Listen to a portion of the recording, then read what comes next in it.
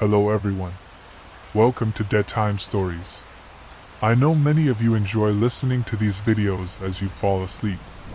So before you drift off, I'd love for you to leave a comment letting me know where in the world you're tuning in from. And if you're enjoying the story, don't forget to like and subscribe. Alright, now let's get comfortable, relax, and dive into tonight's story. The path into Hollow Birchwood was little more than a suggestion. A thread of crushed leaves and bent grass snaked through a forest thick with pine and shadow. Evelyn Calder paused beneath the arching trees, one hand gripping the handle of her old wheeled suitcase as she surveyed the stillness ahead.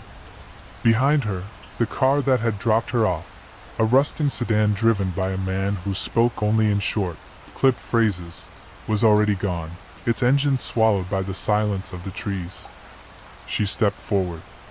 The suitcase bumped and tugged at her hand as it rolled over roots and stones. The air here was heavier, cooler, dense with the scent of wet soil and bark. Shafts of late afternoon sun filtered down through the canopy, casting patterns across her coat and skin like stained glass, light sliced by branch and leaf. Her phone, naturally, had no signal. She pulled it from her pocket, just to check, but the screen blinked a familiar message: no service.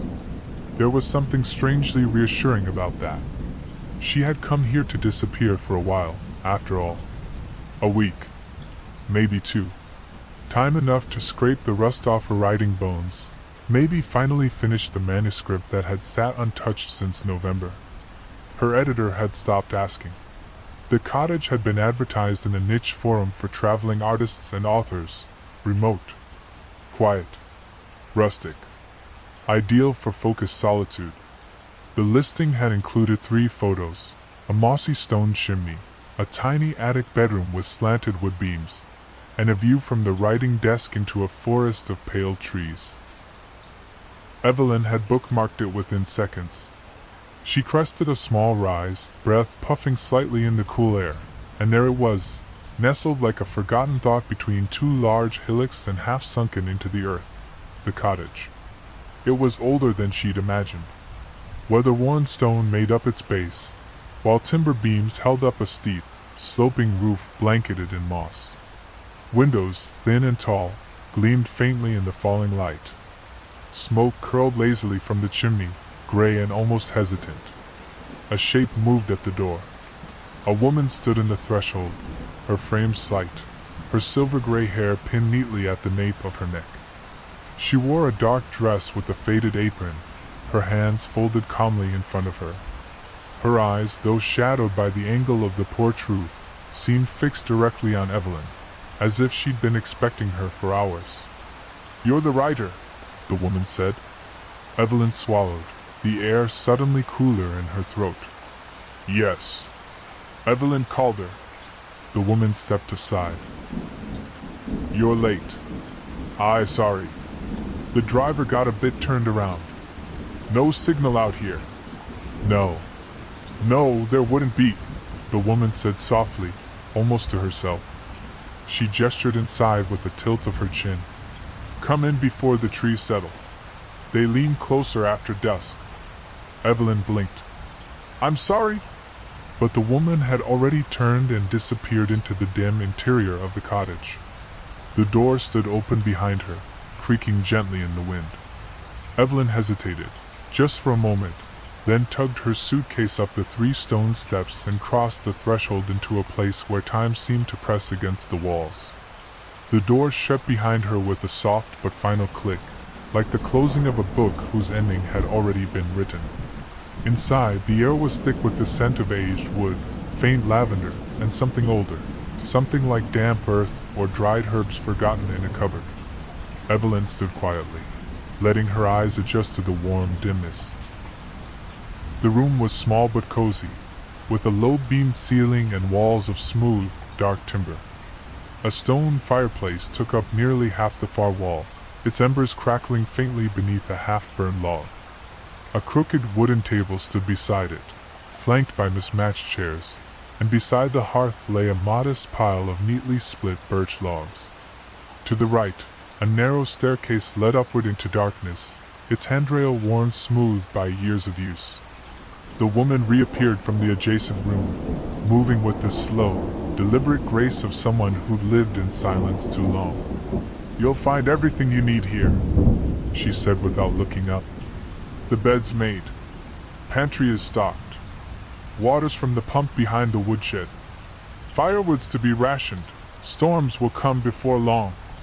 Evelyn nodded, unsure of how to respond. "Thank you. It's beautiful." The woman gave a tight, unreadable smile. "It's old. It remembers things." There was a silence after that, thick and hanging, until Evelyn cleared her throat and asked, "Do you live nearby?"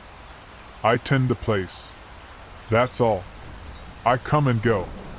You'll be left alone." "Right. That's what I need, really." The woman turned to her, her eyes pale and glassy, as though they hadn't quite adjusted to looking at other people. "Don't go wandering. The woods shift when they're not watched." Evelyn gave a nervous laugh. "Shift? The trees don't like to be counted." Before Evelyn could ask what that meant, the woman was already at the door, her hand on the latch. "If you need something, knock on the root cellar." "The what?" The door opened. The cold breeze rolled in like a whispered warning. "The hill out back," the woman said. "But don't knock unless it's a real need. You'll know the difference." And then she was gone, footsteps muffled by damp earth, the door swinging gently in her wake. Evelyn stood still, the echo of that last sentence lingering in her chest like an ache. She moved to the writing desk, the same one from the photo in the listing. It faced a wide, low window, and outside the trees rose like cathedral pillars, tall and white with papery bark. The light had drained quickly while they spoke. Now the woods were hushed and silvery under the first trace of moonlight. As she unpacked her notebooks, pens, and folders of scattered manuscript drafts, the fire behind her popped softly. She found the kitchen tiny but functional. An iron kettle waited on the stove, a shelf above stocked with mason jars filled with dried herbs, tea, and what looked like preserved fruit. She filled the kettle, lit the burner, and watched the flame flicker blue beneath the metal. Just as it began to whistle, something tapped softly against the front window. Not hard, not urgent, just a tap, as though someone, or something, outside wanted to be let in, but didn't want to ask directly. She turned off the flame, stepped to the window, and peered out. Nothing, just the trees. But the fog on the glass bore a clear impression. 5 small fingers spread wide. A child's handprint. She didn't move, didn't breathe, just stared, heart tightening in her throat. There were no footprints in the dirt outside. No child. No breeze. The print slowly faded as if it had never been there at all. Evelyn backed away from the window slowly, eyes never leaving the fading imprint of that small hand. By the time she reached the middle of the room, the glass had cleared, the condensation retreating like a secret swallowed whole. She forced herself to exhale.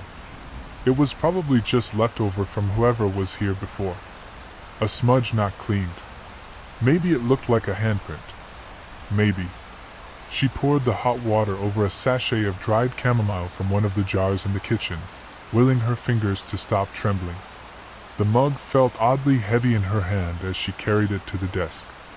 She set it down, opened a notebook, and stared at the blank page. Minutes passed. Then more. The words didn't come. Only the feeling. That pricking, crawling sense that someone stood just behind her, watching through the back of her skull. When she finally turned, the room was still. The fireplace crackled softly, casting orange shadows that swayed along the beams like hanging figures. She stood and lit the oil lamp on the corner table. Its glow was warmer than the firelight, but it did little to banish the sense that the cottage had eyes. Eyes that didn't blink. Her fingers hovered over her phone again. Still no service. She carried the mug into the bedroom. The bed was low, wrapped in a faded patchwork quilt. The pillow was softer than she expected. A small nightstand held a single drawer and a ceramic dish filled with dried rose petals, fragile and scentless. As she pulled the covers over her, the floor beneath her creaked, not once, but twice. Two slow, deliberate creaks, as if someone were placing a cautious foot just inside the room. She froze, heart in her throat. Nothing moved. The door remained open, the sitting room beyond dark but still. No wind. No drafts. She whispered, "Hello?" Only silence answered. Swallowing her fear, she stood, crossed the floor, and flicked on the old lamp hanging from the wall. Its yellow light buzzed faintly, revealing nothing out of place. Just the stone hearth, the stack of firewood, her untouched tea. She returned to bed. This time, she shut the bedroom door. The lamp clicked off. And for a while, Evelyn lay in the dark, the silence stretching like thread pulled taut. Then came the sound again. Not creaking this time. Scraping. Soft. Repetitive. Like fingernails dragging across the underside of floorboards. From beneath the bed, Evelyn's breath caught. She dared not move. The scraping stopped. A pause. Then a whisper. So faint she might have imagined it. "Found you." She bolted upright, heart pounding, but the room was utterly still. When she finally dared to look under the bed, there was nothing but shadows and dust. She didn't sleep that night. Morning arrived not with light, but with grayness. Fog clung to the cottage like cobwebs, seeping through window cracks and swallowing the trees. Evelyn sat curled on the old armchair near the hearth, cradling a second cup of tea she hadn't really tasted. She hadn't slept. Not truly. The scraping, the whisper, they hadn't returned, but her mind circled them endlessly. She told herself it had to be a dream. A vivid one. Her mind playing tricks after months of burnout and stress. Hallucinations born of exhaustion. That had to be it. Still, she checked under the bed again before she dressed. Outside, the woods looked wrong. Pale trees stood shrouded in mist, and the path she'd walked in on yesterday seemed thinner now, almost hidden, like the forest wanted to swallow it whole. She opened the door cautiously and stepped out, boots crunching over wet pine needles. The cold bit her fingers instantly, and she pulled her sleeves down over her hands. The woman's words from yesterday echoed back to her. "Don't go wandering. The woods shift when they're not watched." She turned toward the back of the cottage. The hill behind it rose gently, green with moss, and halfway up sat a small wooden door built into the hillside. The root cellar. It looked older than the house itself. Thick beams braced the frame, warped and damp. A rusted iron handle jutted from the center like a broken limb. She approached cautiously. The air changed as she neared it, cooler, damper, carrying the scent of something long buried. The door had no lock, just an iron ring and a nail jammed through a hole where a latch had once been. She crouched and peered closer. Etched into the doorframe, in letters so shallow they were barely legible, was a phrase. "Do not wake her." Evelyn leaned back, heart thudding. Her breath clouded in front of her. She reached out instinctively, but stopped short of touching the handle. Something moved behind the door. Just a shuffle. A subtle scrape, as though something inside had shifted its weight. She stumbled backward, nearly slipping on wet leaves, then turned and hurried back to the cottage. When she slammed the door shut behind her, the thud echoed through the quiet house like a gunshot. She double-checked the windows, locked the door, lit the fire, lit the lamp. She stood for a long time, staring at the cellar hill through the window. She didn't write that morning. Instead, she picked up her notebook and, almost without thinking, began to sketch. Long thin trees. Pale, hollow-barked things that leaned inward like they were listening. Then a door in the ground. And beneath it, eyes. Small, wide, watching. Waiting. She didn't remember drawing the last part. But her hand ached, and the pencil had snapped. By afternoon, the fog began to lift, but the light never returned fully. The woods remained wrapped in a dull haze, a half-lit dream of grays and sickly yellows. Evelyn paced the cottage restlessly, unsure whether to write or read or just wait for something else to happen. Her notebook sat open on the desk. She'd torn the drawing out and folded it away, but the image lingered in her mind, eyes staring up from beneath the earth. She hadn't drawn like that in years, not since before the night terrors that plagued her as a child.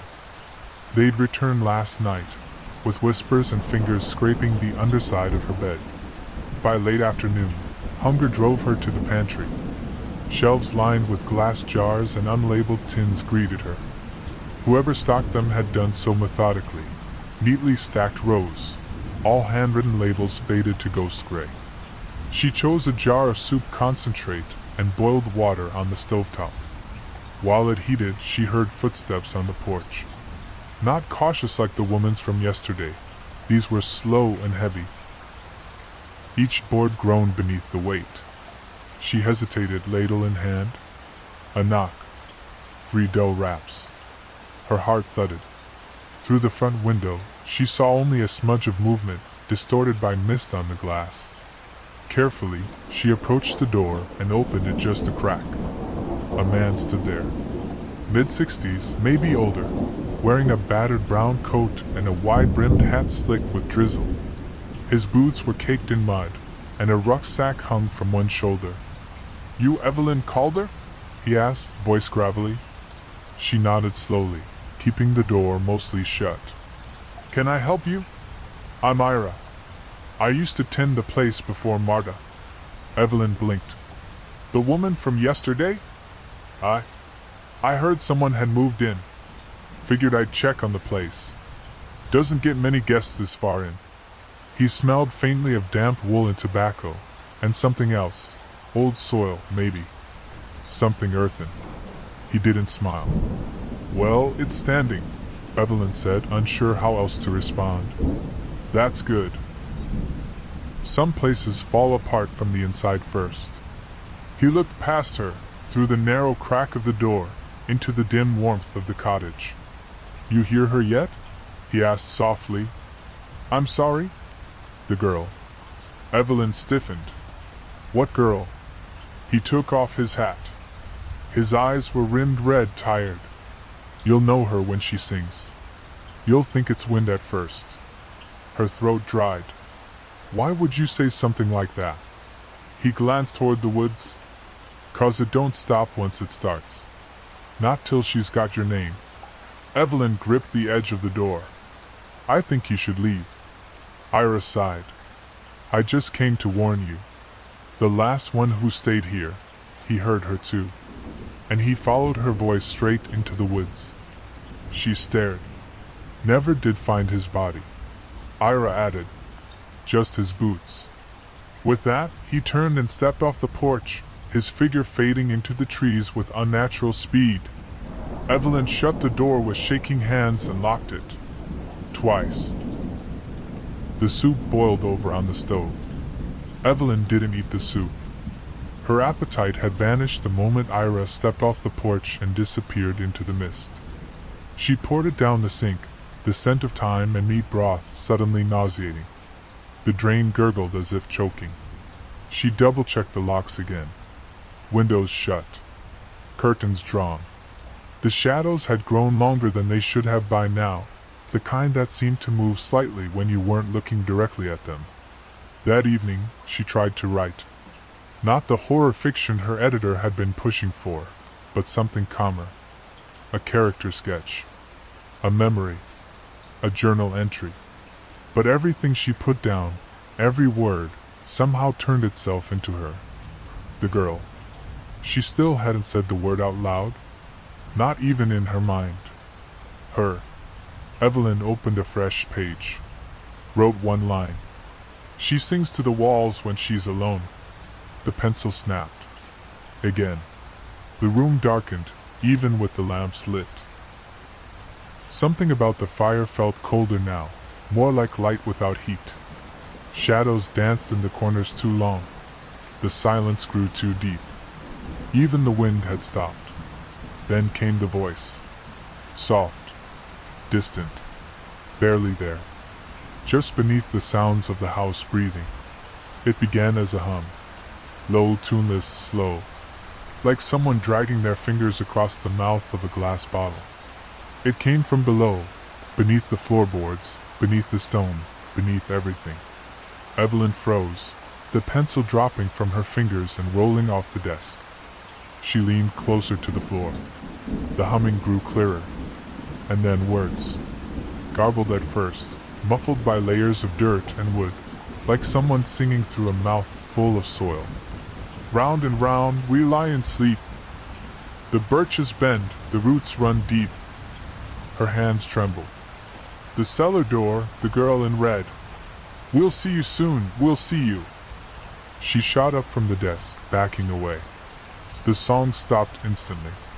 Then came the sound again, scraping, like nails on wood, from beneath. She grabbed the poker from the fireplace, hard hammering, and knelt down, ear against the floorboards. Nothing. Until, knock, knock, knock. 3 sharp knocks from below her feet. Evelyn screamed and scrambled back. She didn't sleep again. Instead, she dragged the armchair in front of the fireplace and sat upright, the poker across her lap, the lamps burning low. Somewhere around 3 a.m., she heard the humming again. Very faint.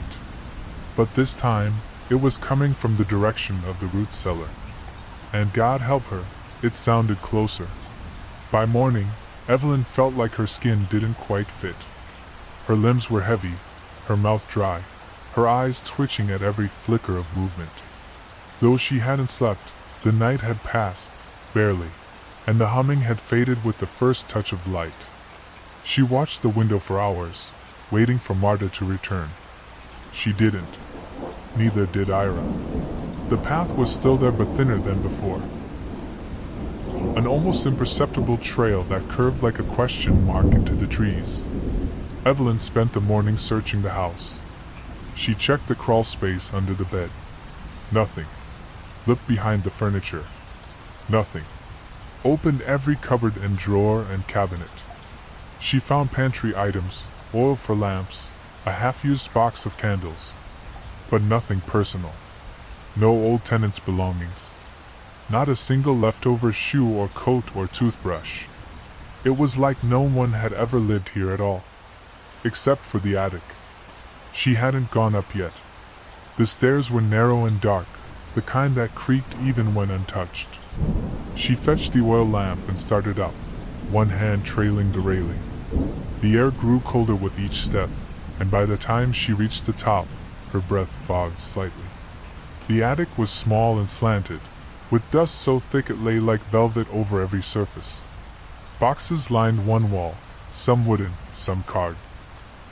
She pulled it free gently. The cover was cracked and brittle, embossed with initials she could barely make out, JH inside. The handwriting was elegant, looping, and faded in places where the ink had soaked too deep into the paper. The entries started mundane. April 3rd, arrived at the cottage.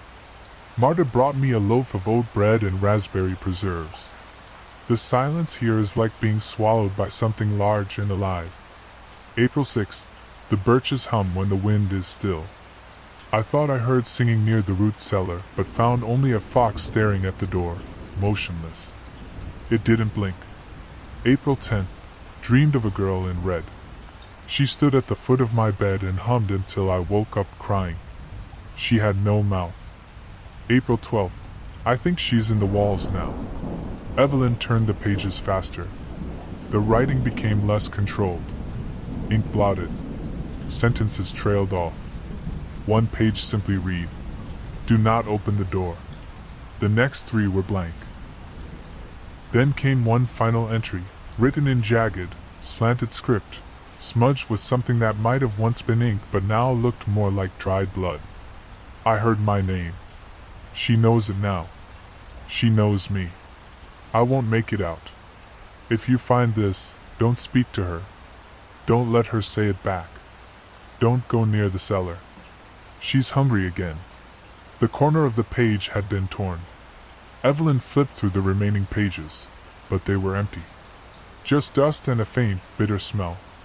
A gust of wind blew through the attic window, stirring the dust into the air. Only, there hadn't been any wind.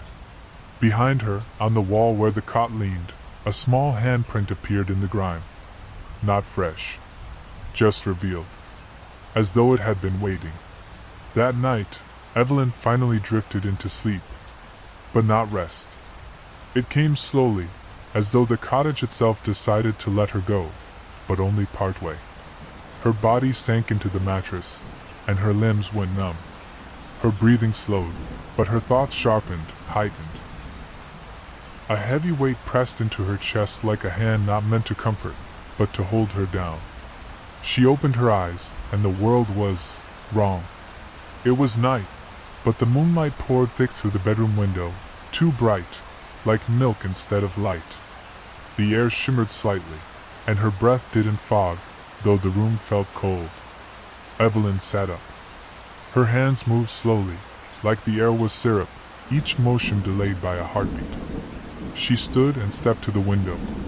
The woods had changed. The trees were closer now. Birch trunks like pillars of bone ringed the cottage tightly, far denser than before. Their white bark glowed faintly in the moonlight. No stars. No sound. Only the faint sound of humming, so low it felt like it came from inside her own lungs. And there, through the trees, she saw it. A circle. Rough stones and branches formed a ring in the forest clearing, maybe 20 feet wide. It hadn't been there yesterday. Or if it had, it hadn't wanted to be seen. Something moved inside it. Evelyn stepped away from the window, but not back to bed. Her feet carried her to the front door before she could think to resist. She opened it. No sound. Not even wind. The birches loomed like silent witnesses.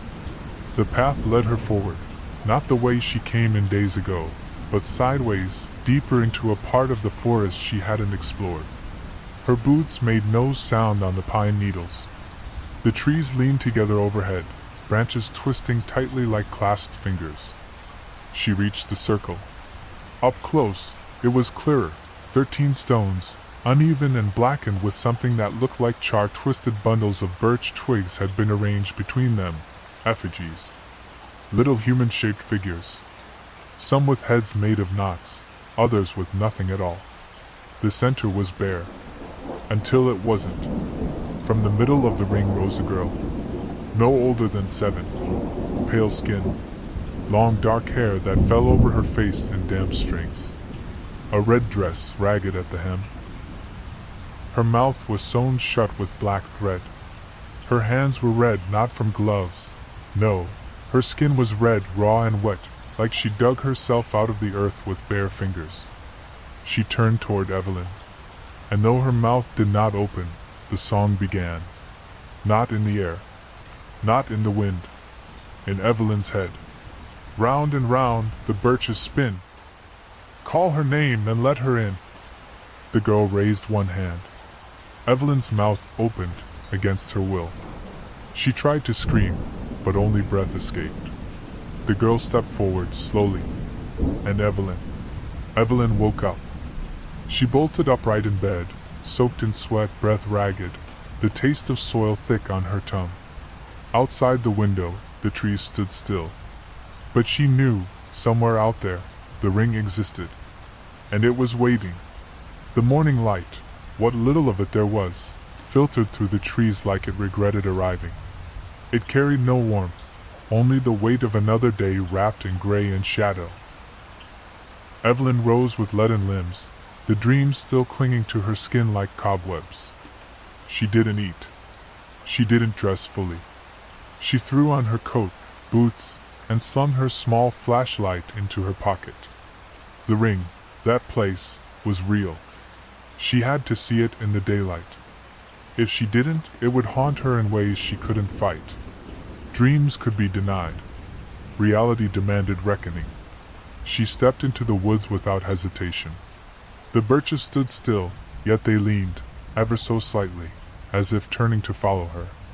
The fog had lifted, revealing the terrain with aching clarity: moss-laced stones, leafless underbrush, dead ferns curled into fists. The air carried a wetness that seeped into her sleeves and stiffened the edges of her breath. She moved off the main path, if it could even be called that anymore. The further she walked, the less the forest resembled anything natural. The trees stood in rows far too uniform, their spacing perfect, their trunks too straight. No undergrowth, no birdsong. The only sound was the crunch of her boots and her own shallow breathing. And then she found it. The clearing. Exactly as she had dreamed. 13 stones, arranged in a near-perfect circle. Between them, the effigies stood, not merely placed but bound with red string, some of it frayed and darkened like old blood. Wind stirred the figures faintly, making them sway. She approached the center slowly. No girl. No sound. But the ground in the middle was scorched. Blackened, brittle, and cracked like overbaked clay. As though something had burned here, not fire, but something wrong. Something that left the scent of iron and ash behind. And in the center, a single object half buried in the earth. A boot. Half rotted. Mold streaking the leather. She knelt and tugged gently. It came loose with a soft pop, the sole still faintly wet.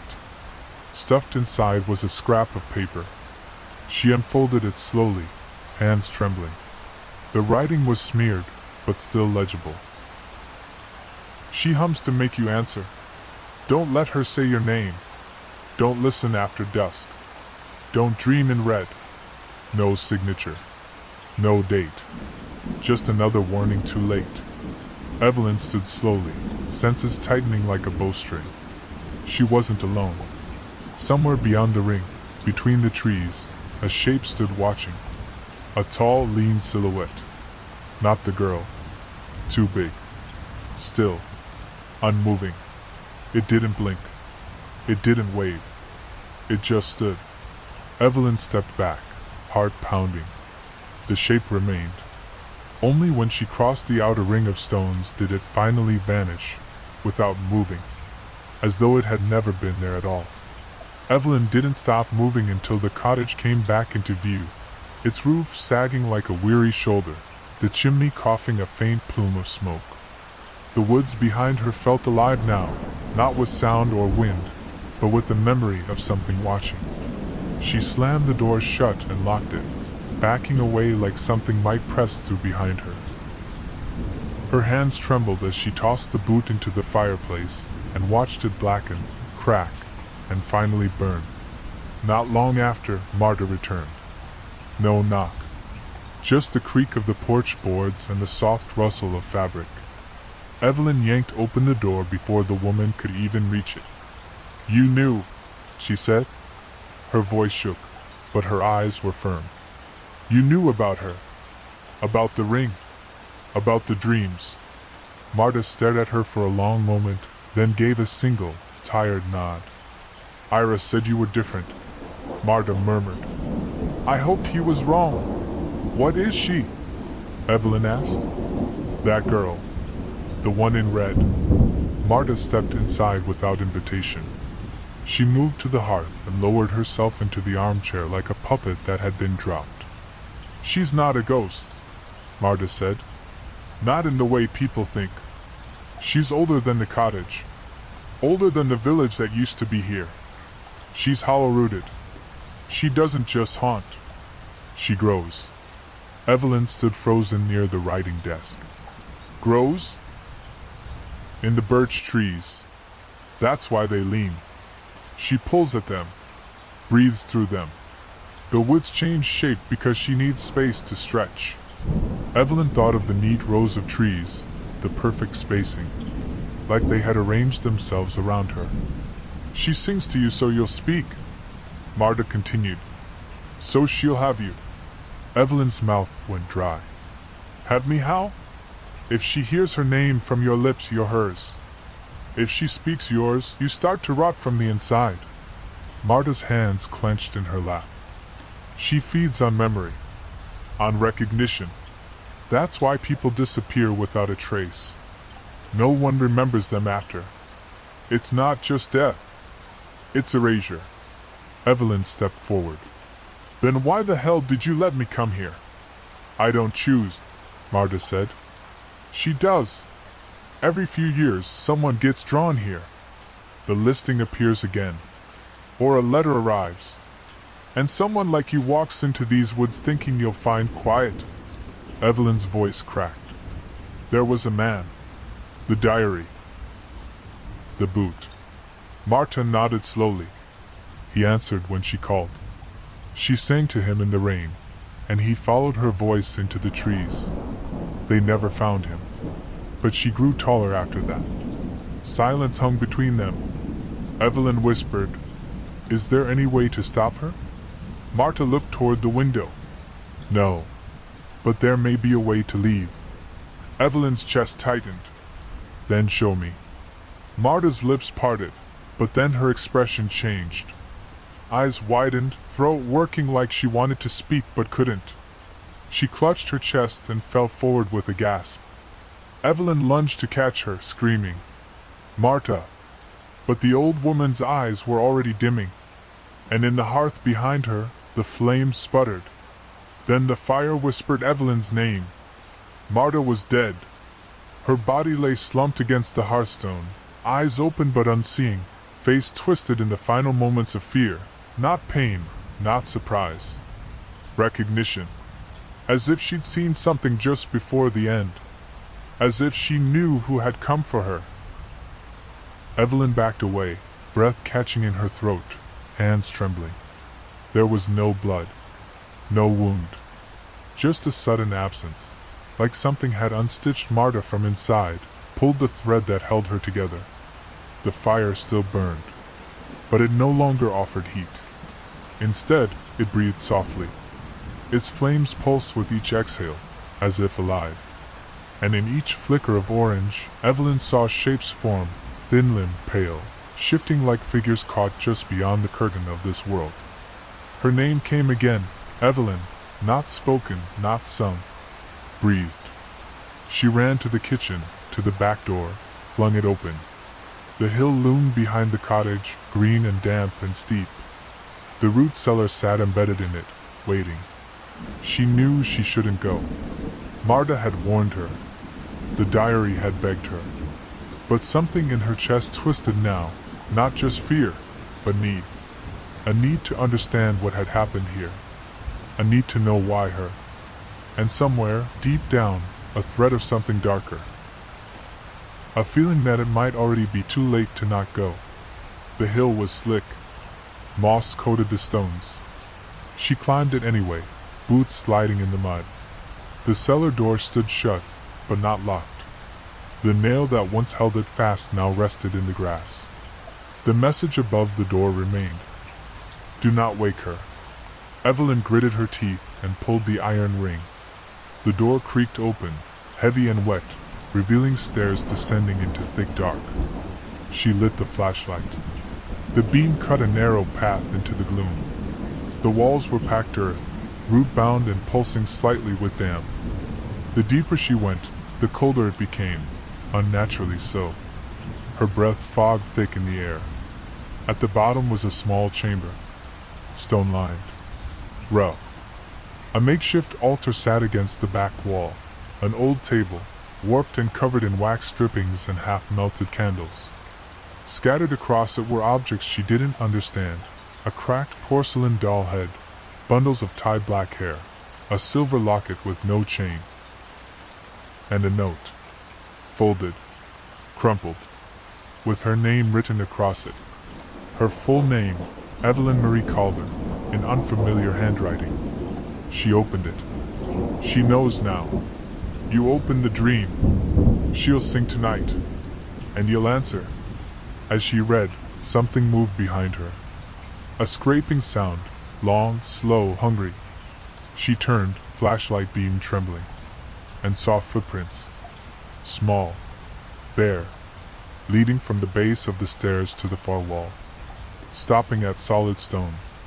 As she stared, a low hum filled the air. Not from above, not from outside, from beneath her.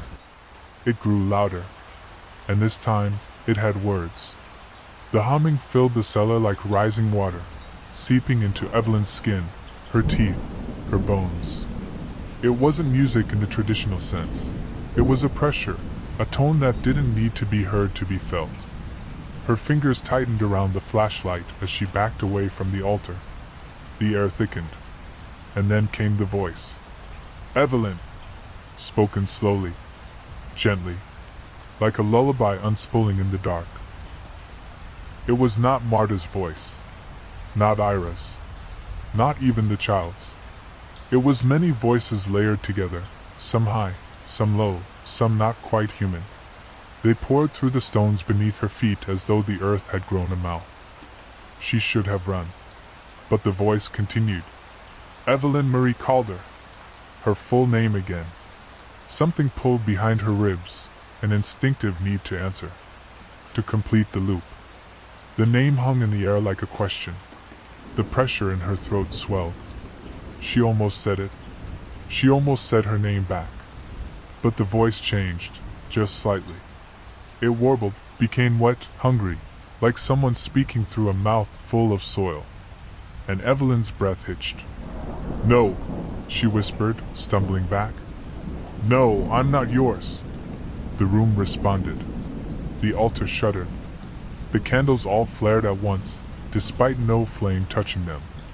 The air snapped cold, and the earth trembled under her boots, barely, but enough to feel. And then the far wall, where the footprints ended, began to crack. Thin fractures spidered out across the packed earth, and the hum rose in pitch.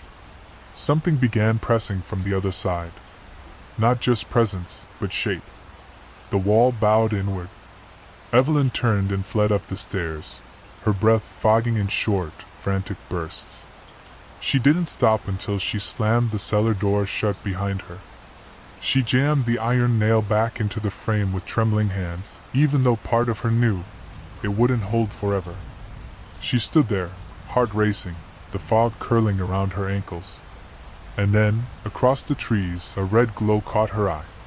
The ring in the clearing, so quiet earlier, now glowed faintly, as though something beneath it had been lit. The 13 stones pulsed like heartbeats. The circle had awakened. She stepped backward toward the cottage. And the voice came one last time before night fell, clearer than ever, whispering from every tree trunk and shadow. Say it back, Evelyn. Let me be real. Evelyn locked the cottage doors, drew every curtain, lit every lamp, and sat beside the fire with the poker across her lap, her hands white-knuckled and shaking. Outside, the birch trees creaked against each other, groaning in the windless night like the hinges of ancient doors. The ring glowed in the forest. She could feel it, not just see it. It pulsed inside her skull, like something tapping from behind her eyes. Her body ached with exhaustion, but sleep came all the same. The moment she blinked longer than a second, her mind fell inward, pulled like a stone dropped into dark water. And she awoke standing in the clearing. Again. No boots. Bare feet sinking slightly into the soft, wet earth.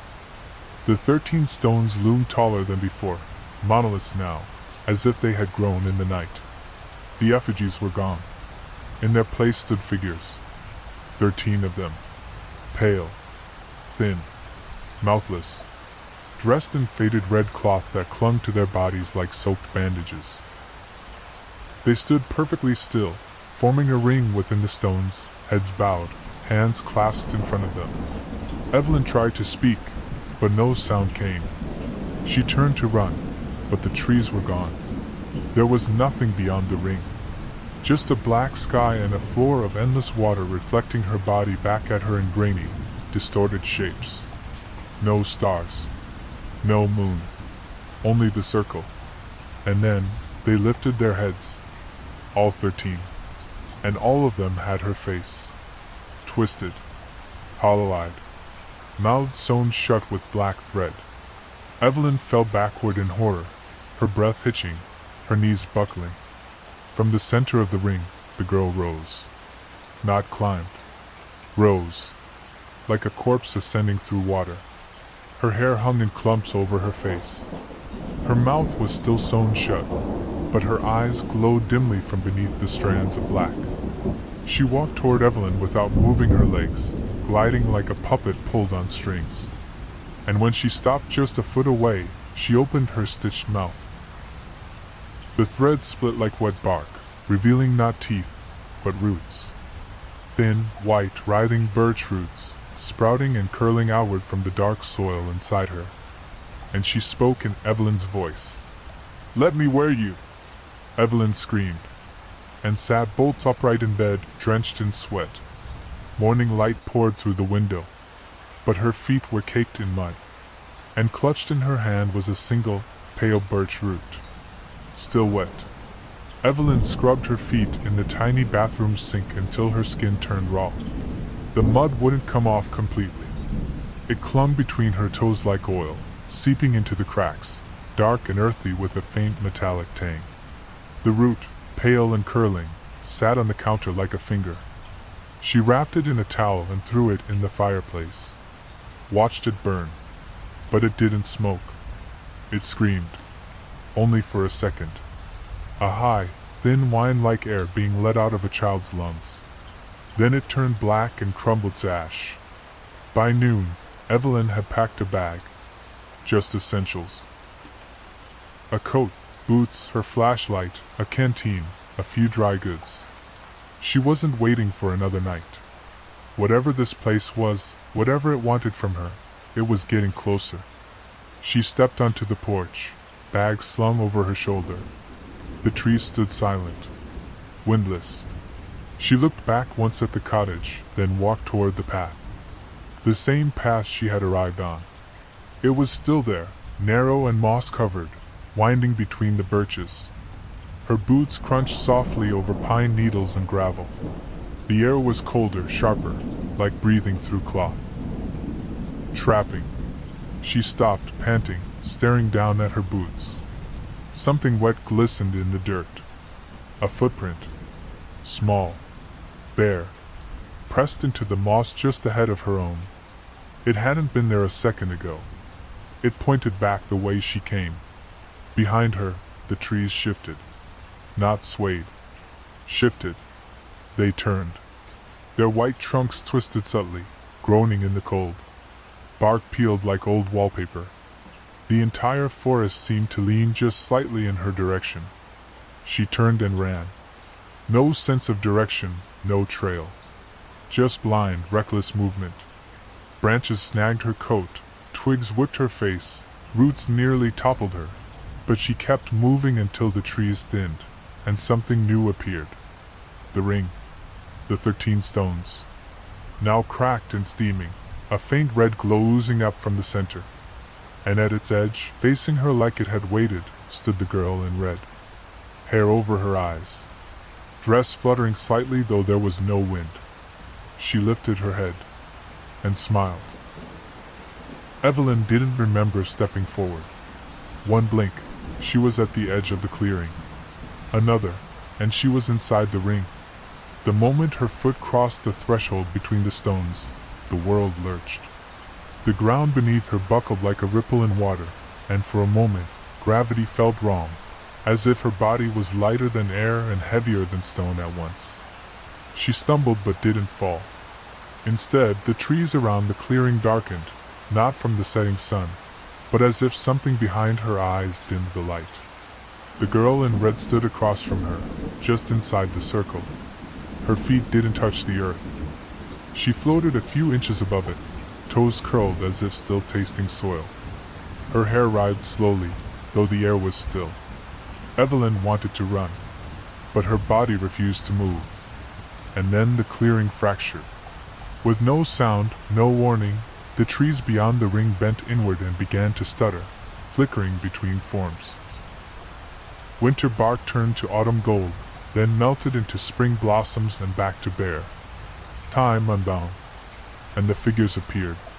At first they were shadows, dozens, maybe more, standing between the birches and jerking, time-worn silence. Then they took shape. A man in a wool coat, soaked to the knees, eyes gouged and mouth open in a silent scream. A woman in a floral dress, twine biting into her ankles, her hands raw from digging. A boy of maybe 10, face down in the moss, whispering a name over and over, not his own. Each time the light shifted, new ones appeared. New victims. New echoes. They stood at the edge of the ring. They all had one thing in common. Their mouths were sewn shut. The girl turned toward Evelyn and pointed to them. And Evelyn understood. They were the ones who had answered. Who had spoken when she called.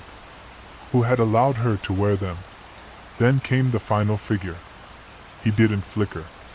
He didn't vanish. He walked, slowly, calmly, into the center of the ring. Tall. Thin. Familiar. The man from her dreams. Ira. Only his eyes were gone now. Two black hollows filled with damp soil. A root protruded from his mouth like a tongue. He held out his hands. And in his palms, her name, carved in birch bark. Red, fresh, pulsing. Evelyn Marie Calder. She stumbled back, breath shallow. The girl in red took one step closer. And in her voice, Evelyn's own voice, she whispered, "Now you see what I've grown from. Let me grow inside you." The bark in Ira's hands began to smoke. The forest pulsed once, like a heartbeat. And Evelyn was back outside the ring, collapsed in the moss, alone. Except now the 13 stones had shifted position, and the one in the center had her name carved into it. Evelyn didn't remember walking back to the cottage. Her hands were streaked with dirt, her clothes damp, her hair clinging to her face in knots. Her legs moved of their own accord, and with each step, her thoughts came undone like threads being pulled from a sweater sleeve. She stepped through the front door in a haze. The lamps inside flickered as if surprised to see her. The fireplace had gone cold. She set her bag down and drifted through the cottage like a ghost of herself, every creak in the floorboards sounding sharper, louder. The air tasted of smoke and mold. Her breath caught in her throat when she passed the mirror in the entry hall, because her reflection didn't move in sync. Just half a second behind. Just enough to feel wrong. It wasn't until she reached the attic ladder that she realized where her feet had taken her. She climbed slowly. The attic was darker than she remembered, even with the oil lamp lit. Dust motes hung motionless in the air like suspended ash. The walls felt tighter, the ceiling lower. She crossed to the cot and knelt beside the old linen bundle where she'd found the diary. Only now, the diary wasn't where she left it. It sat in the middle of the floor, wide open, and the pages had changed. She picked it up with shaking fingers. Her name was written on the open page, Evelyn Marie Calder, over and over again, in handwriting that wasn't hers. At least, it hadn't been. She turned the page. Then the next. The entries were dated today, and they were written in her own handwriting. April 14th. I returned to the ring. I saw myself there. I saw all of them. I saw what happens when she speaks your name with your own voice. April 14th, second entry. The girl is no longer outside me. She's under my skin. I feel her in the ache of my bones. I hear her when I blink. Evelyn gasped, dropping the diary. Her heart thudded so hard it hurt. This wasn't memory. It wasn't madness. It was happening in real time. She flipped frantically through the next few pages. They were blank, at first. Then, right before her eyes, ink bloomed. New words formed. Let me in. The letters bled across the page, one stroke at a time. Let me in. They pulsed. Let me in. Evelyn screamed and threw the diary across the attic. It hit the wall and fell open on the floor. Silence returned. Until something scraped beneath the floorboards again. Slowly. Hungrily. Then a single knock. Tap. from beneath her knees. And the girl's voice, Evelyn's own voice, whispered, "I'll write your ending next." Evelyn didn't sleep. She didn't leave the attic. Not after the diary wrote back. Instead, she sat in the corner with the oil lamp guttering beside her, knees pulled to her chest, eyes fixed on the floorboards where the knock had come. Nothing moved. Nothing whispered. But the silence had changed. It waited now. At sunrise, or what passed for it in this sunless place, she descended the attic steps. Her limbs moved like they'd been borrowed from someone else. Her palms were smudged with ink, though she hadn't picked up a pen. Her throat was raw, but she didn't remember speaking. She went to the fireplace, desperate for warmth, distraction, something to do that wasn't listening for a voice that sounded too much like her own. As she reached for the kindling stack, her fingers brushed something hard behind the grate. She paused. The logs were stacked neatly, too neatly.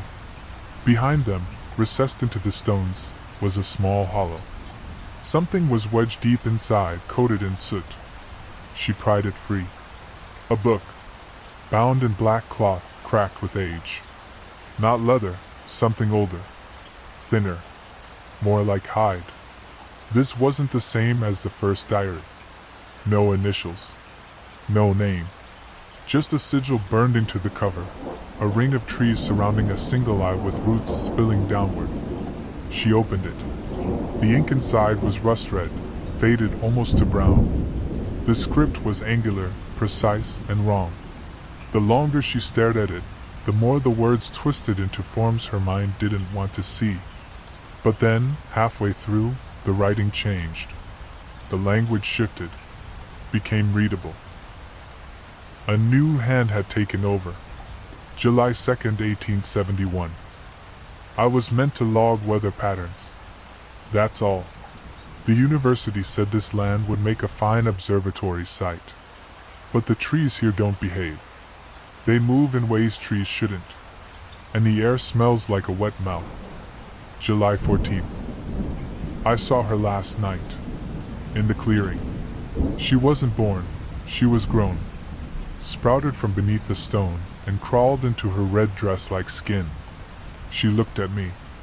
And I forgot my brother's name. My mother's face. It took hours to remember who I was. August 3rd. The birches lean inward now. Every morning they are closer to the cottage. I burn sage. I draw the marks. Still, she sings. August 10th. She sang my name. Not aloud. Not with voice. But in my thoughts. In dreams. She's planting herself in my mind, letting the roots tangle. August 17th. I dreamt I was buried in the circle, and when I woke, my nails were full of dirt. I think I'm becoming the next stone. Evelyn's breath caught. The last page was torn, but at the very bottom, written in faint, careful ink. If you are reading this, you are already hers. As she stared, something dripped onto the page. Dark. Thick. Blood. She looked up. A single drop had fallen from between the ceiling beams. And from above, in the attic, she heard the unmistakable creak of bare feet walking. The sound of bare feet continued above her, deliberate and slow, each board creaking just enough to betray movement, not noise, but weight. Something with mass. Something that wanted her to know it was there. Evelyn gripped the old diary in both hands, the black cover warm now, pulsing faintly. The blood that had dripped from the ceiling sat in her palm, thick and cold, smeared into the binding. She should have fled the cottage. But something in her pulled upward. A compulsion not her own. Like invisible threads stitched into her spine, tugging toward the attic.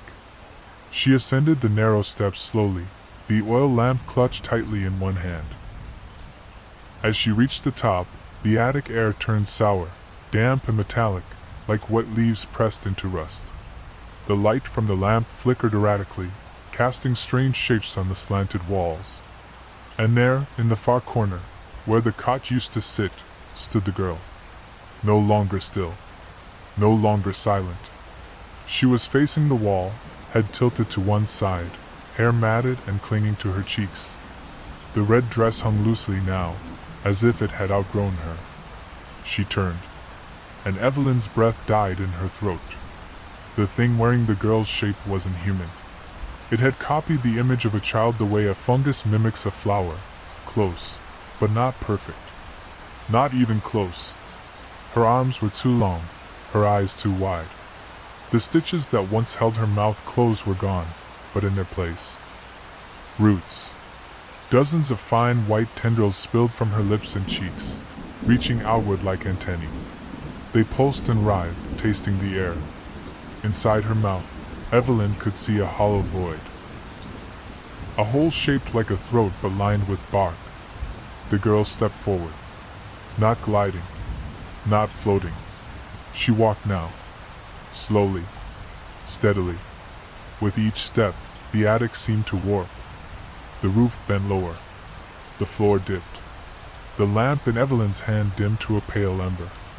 The girl opened her mouth wider and spoke, not with her voice, but with Evelyn's. "You brought me in. You read my name. You wrote my thoughts." Evelyn staggered backward, heart pounding. "No. I didn't let you in. I didn't. But you dreamed me." The thing's voice shivered in the air, layered with echoes, children, women, herself. "You gave me shape," it said. "And now you'll give me skin."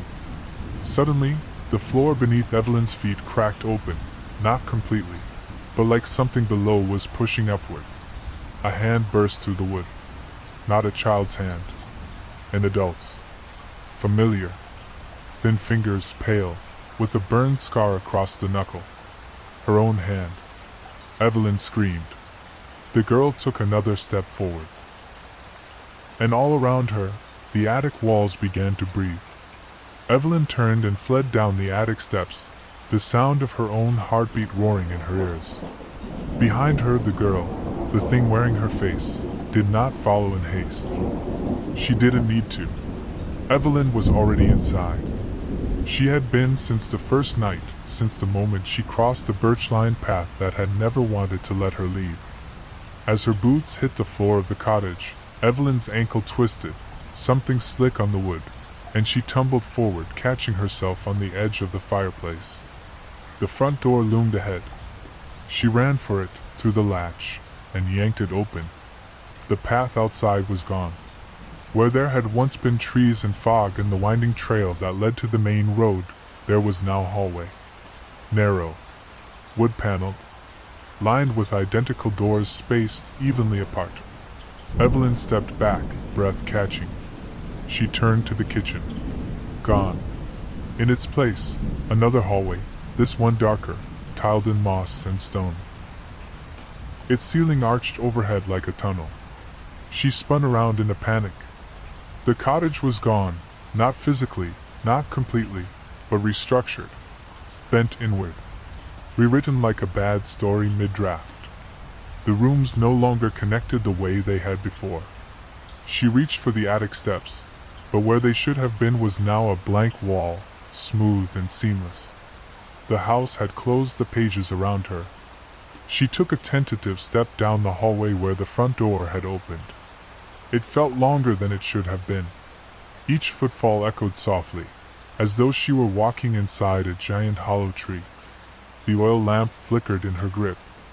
The doors on either side were numbered, except the numbers were wrong. They weren't in sequence.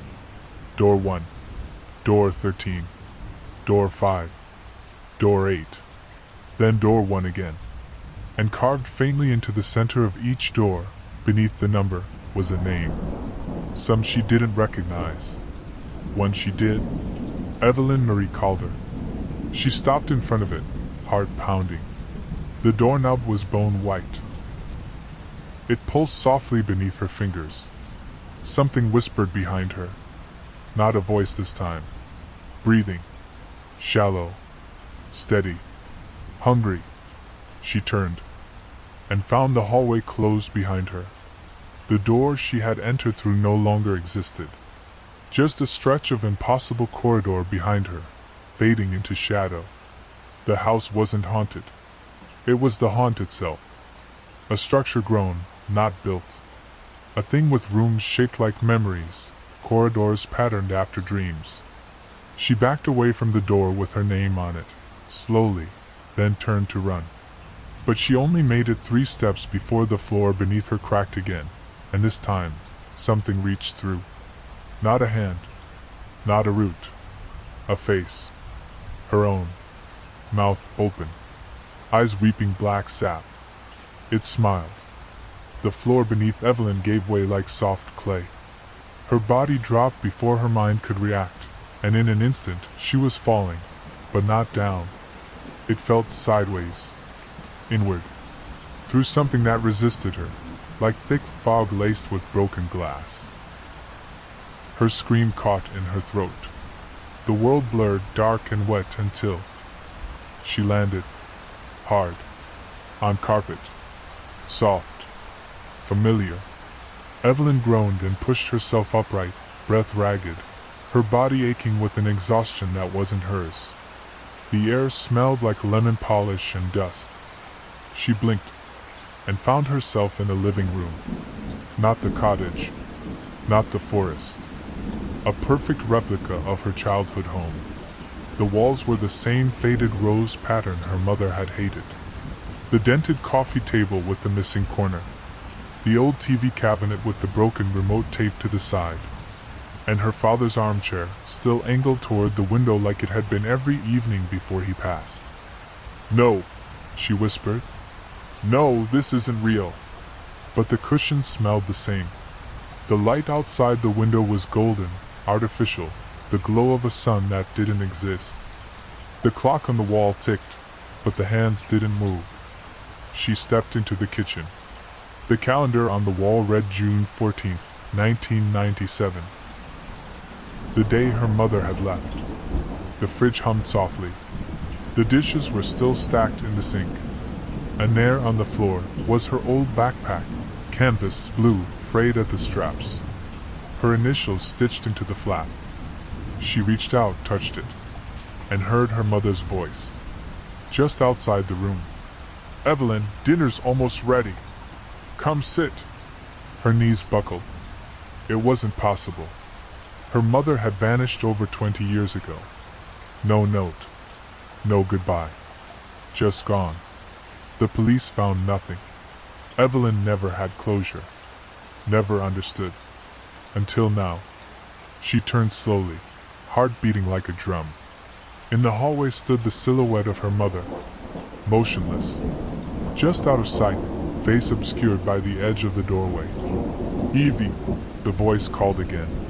"Don't be late." Her throat closed. "Mom?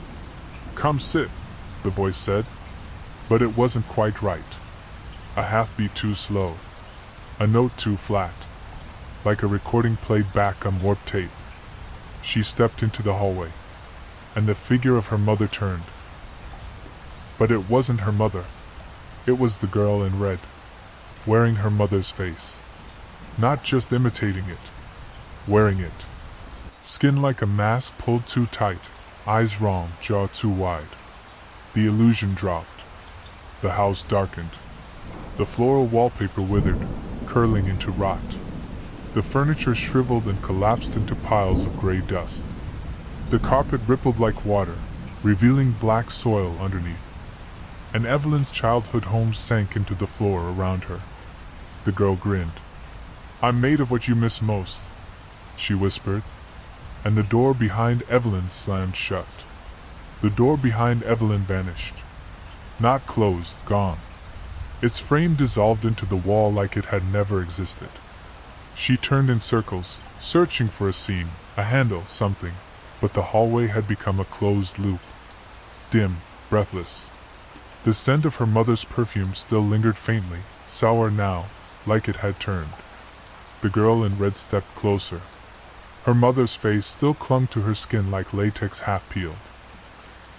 Bits of it slipped and sagged at the edges, mouth smiling too wide, the eyes glassy, unfocused. And beneath it, Evelyn could see the writhing roots, slick and pale, pulsing beneath false cheeks. "You don't need to leave," the girl said in Evelyn's voice. She lifted a hand, palm open. "I'll hold your memories for you. All the ones that hurt." Evelyn backed into the corner. The wall behind her breathed. The girl's mouth opened, and this time she sang, not just the haunting melody from before, but a new song, woven from whispers Evelyn barely remembered. The porch light left on, waiting for footsteps that never came. A birthday candle in an empty room. The quiet thud of a suitcase zipped in anger. The memories weren't just being sung, they were being taken. Evelyn gasped. She clutched her head as sharp images tore through her. Her father's distant eyes after her mother vanished. The counselor's voice saying, "Some children cope by rewriting events." The smell of the old typewriter she used to use in college, and how she used to write just to remember who she was. They faded, one by one, until names became foggy, faces blurred. Her knees buckled. She hit the floor. "Stop," she whispered. "Please." The girl crouched in front of her. "Let me wear you." "Yes." Evelyn's ears bled with forgotten birthdays, missed calls, words she wished she'd said to people long gone. She ran. Through the wall. It parted like flesh. And on the other side she collapsed into a new room, dark, unfamiliar. A child's bedroom. A crib. A mirror with no reflection. The girl was already here. The air in the new room was damp with breath and silence. The walls were pale blue, the paint bubbled in places like blistered skin. Cartoon animals danced across the peeling wallpaper. Rabbits with too many teeth, owls with empty sockets. A mobile hung above the crib, rusted and swaying slowly, even though there was no wind. The soft creak of the spinning ring was the only sound. Evelyn stood, swaying slightly, her legs weak beneath her. The floor was carpeted with plush alphabet tiles, but the letters were wrong. The B had too many loops. The J was backward. The E was her name, scrawled again and again across the foam mat. In crayon. In pencil. In something wet and still glistening. She turned to the crib. A shape moved inside it. She stepped forward. Inside lay a figure, curled up and trembling beneath a moth-eaten baby blanket. Pale skin. Thin arms. A child. But not a baby. It was her. Herself. Maybe 5 years old. Maybe younger. Curled up so tight her spine bowed outward like a crescent moon. And her eyes, when they blinked open, were glassy, blank, as if staring at something that wasn't there anymore. Evelyn dropped to her knees beside the crib. No, this isn't real." The child version of her turned its head slowly, and smiled. Her own voice spilled from its mouth, soft and distant. "You were always going to forget." Behind her, the girl in red appeared again. Not as a child this time. Taller. Her limbs had lengthened. Her dress was deeper now, soaked in memory. Her hair hung down like rotted vines, wet and glistening. And her mouth was no longer stitched shut. It was open. Inside, Evelyn saw rooms. Dozens of them. Hundreds. Memories stacked like teeth. "You left your younger self behind," the girl said. "Let her fade. Let her rot." Evelyn shook her head. "You're not a ghost. You're not real." The girl crouched beside the crib and stroked the child's hair with fingers like roots dipped in ash. "I am real in all the ways that matter," she whispered. "I am the shape left behind when no one remembers. I am the silence after the name is forgotten." The crib shuddered. The child inside it dissolved like paper in water, skin to pulp, eyes to ink. And in its place grew a cluster of thin white roots that slithered over the mattress like veins. The girl's voice shifted, deeper now, echoing from the walls themselves. "I feed on what is let go. What is abandoned. You called me in every time you forgot who you were. Evelyn backed away, tears stinging her eyes. She looked around the room. Photographs now hung from the ceiling on strings, blurry, warped images of her own life. A school hallway, a hospital room, a gravestone, a blank page. Each one began to wither. She screamed, grabbing them, clutching at the strings as they crumbled in her hands. "Give them back!" she cried. "You don't get to take them!" The girl only smiled. And through her open mouth, Evelyn saw the next room waiting. A classroom. Her desk. Her journal.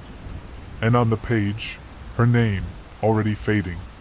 Evelyn stepped into the next room not by choice, but by pull, her legs drawn forward like iron filings to a magnet buried beneath her thoughts.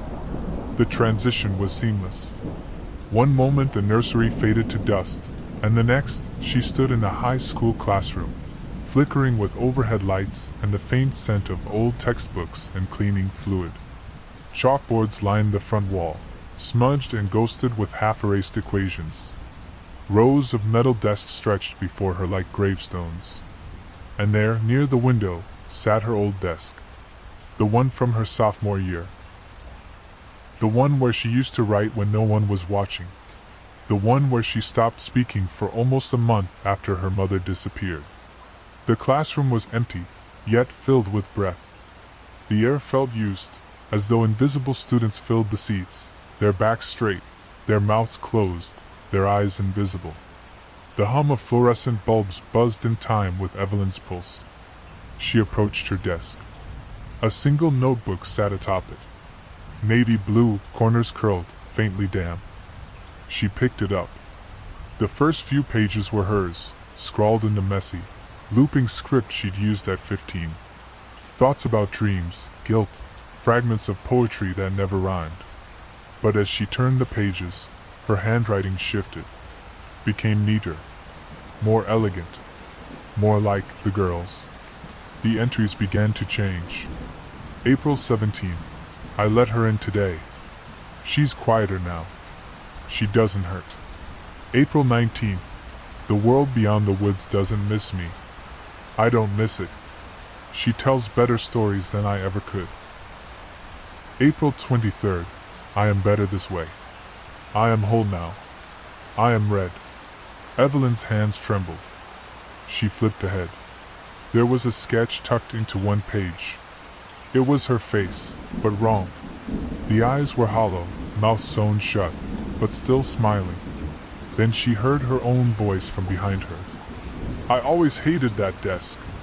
Evelyn turned. There she was again. The girl. Now in her teenage form, wearing Evelyn's old denim jacket, her band pins, the chipped nail polish. Her hair tied up the way Evelyn had worn it junior year. A scar across her eyebrow from the time she fell on the tennis court. Perfect. Almost. But her eyes. They weren't Evelyn's. They were the forest. Deep. Pale. Ringed in birch bark. I've memorized every part of you, the girl said softly, approaching. Your secrets. Your shames. Your little regrets. I can wear them better than you ever did. She lifted her hand and pressed it to Evelyn's chest. Evelyn's breath caught. I could be you forever, the girl whispered. All I need is your name. The classroom began to decay, walls yellowing, lights buzzing louder, paper curling inward like burning leaves. Desks rusted in place. The floor cracked open with black veins, roots threading upward from the soil below. Evelyn stepped back, clutching the notebook to her chest like a shield. I remember who I am, she said through gritted teeth. The girl's smile faltered, only for a moment. And Evelyn ran. Not into a hallway. There was no door now, but straight through the cracked chalkboard. Behind it, another room. Another memory. But this time, something was different. This one hadn't been hers. Evelyn stumbled through the broken chalkboard, expecting another room built from her own past. A twisted locker room, a cafeteria flooded with silence, some echo from her teenage years. But what greeted her wasn't hers. It was too old. The room was made of stone, damp, narrow, lit by a single oil lamp burning in the corner. The ceiling bowed low with wooden beams, blackened with soot. Iron hooks lined the walls. Chains. A table sat in the center, carved, stained, grooved with symbols she didn't understand but instinctively feared. This wasn't a memory. It was a ritual space. And the moment she stepped inside, the air pressed against her like water. Thick, aged, full of sighs. The floorboards groaned under her boots. On the far wall hung a framed mirror, but it reflected only darkness. No flame. No room. No Evelyn. It was like looking into a black well. She moved closer. Within it, something stirred. A flicker, no, a person. Not her. A woman. Wrapped in a red cloak, not a dress, face hidden by a veil of hair. She stood at the edge of the reflection, hands folded over her stomach. Then, in the glass, the woman lifted her face. And Evelyn saw her eyes. Not the girl's. Her own. A younger Evelyn. But something had changed. The expression, vacant. Peaceful. Gone. The mouth moved. Whispered something she couldn't hear. Behind her, the chains on the walls shuddered. She turned. And saw a second Evelyn standing in the room with her now. Not the girl. Not a memory. A replacement. This one was flawless. Breathing. Smiling. And behind her, she stood, the girl, now taller than ever, her body elongated like a sapling grown too fast in the dark. Her limbs twisted gently as she reached forward, stroking the back of the new Evelyn's head. "She's ready," the girl in red said. "She remembers everything you threw away." Evelyn backed into the mirror. "Whose memory is this?" she whispered. The girl turned toward her, head tilted. "This is hers," she said, and the walls began to peel. The chains fell. And Evelyn saw more women, dozens of them, flickering like old film, wearing her face. Wearing other faces. Not all hers. Some from before. Some older. Some children. Some too decayed to recognize. Trapped in frames. In mirrors. In rooms like this one. Each time the girls sang, they answered. Each time someone forgot who they were, the girl took the shape. "I'm the echo you left behind," the girl whispered. "I've been here longer than names. Longer than memory. I was grown from forgetting." And Evelyn realized. This wasn't just about her. This was a harvest. A forest full of lost selves. Planted like seeds in dreams. The girl reached out. "Time to plant you," she whispered. Evelyn backed toward the mirror, her palms pressed flat against the cold glass. Behind her, the reflection remained black, empty of light, empty of her. Before her, the girl and her false stubble waited like twin wolves at the mouth of the den. "I won't be planted," Evelyn said, though her voice trembled. The girl smiled with her mouth, not her eyes. "You already are." Then the room shuddered. The stone beneath her feet cracked in slow veins, roots pushing through like fingers from beneath. The chains on the walls clinked softly, vibrating in time with something rising. Something older than her. Older than the girl. Older than names. Evelyn turned and did the only thing she could think of. She dove into the mirror. The moment she passed through the glass, the world twisted again. No impact. No sensation. Only the ripping sound of breath being taken away. And then, she stood in the forest. Not a memory. Not a dream. The real forest. Hollow birchwood. The sky was a deep, unnatural gray, as though the clouds had been smeared across it with ash-covered hands. The trees stood still, watching. And before her lay the ring. The 13 stones. Silent. Cold. But no longer glowing. Now they breathed. Up close, Evelyn saw the earth in the center had cracked open. a hollow pit, and inside, a body, withered, fused to the roots. Skin like dried bark, hair long gone, fingers curled in agony. Its mouth was sewn shut with the same black thread, but its dress, tattered and red. The original, the first. Evelyn dropped to her knees. The roots pulsed beneath her like veins. A shape began to rise from the corpse, not physically, but in memory. A wave of feeling, old as the soil, grief, abandonment, forgetting. It surged through her like fire. She saw it then. The truth. The girl in red had not always been this creature. She had been someone. Once. A girl left behind. Buried too young. Forgotten by a family who moved away. Unmarked. Unnamed. And in that empty place where her story ended, something else had taken root. Not evil. Not kind. Just hungry. It had worn her to survive. Used the shape of her sorrow to lure others who could no longer carry their own. She was the echo of a forgotten child. And now Evelyn stood where the forgetting had begun. She looked down at her own hands, her fingers. They were changing. Hairline cracks ran across her skin, and beneath them, white bark. The forest had marked her.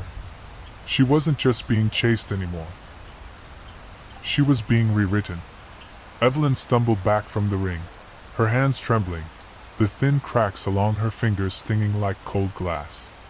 The bark-like patterns beneath her skin shimmered faintly, the pale white of birch, as though something inside her had always been waiting to emerge. She clenched her fists. "No," she whispered. "I'm not yours."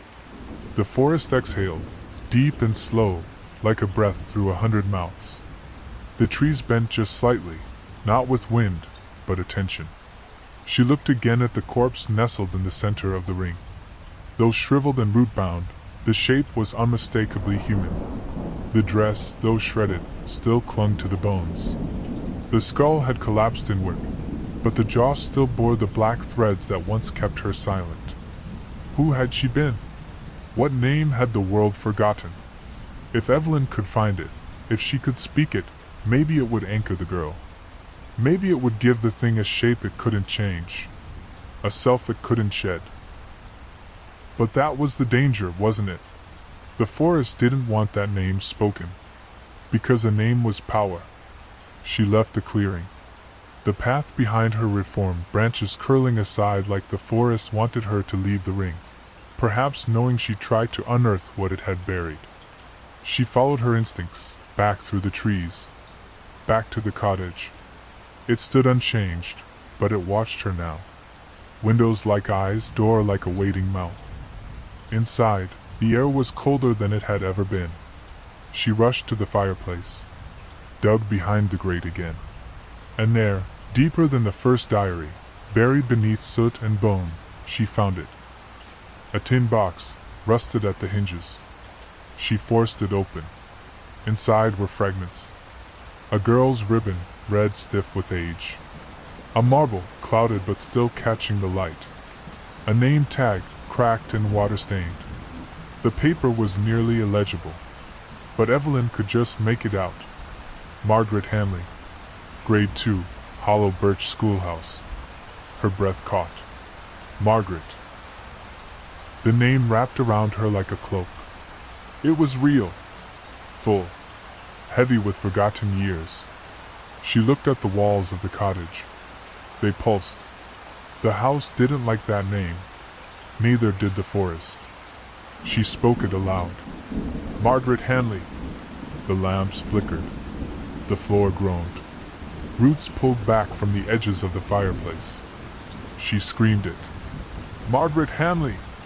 A shriek rose from beneath the house, not human, not animal. Something remembered. Something angry.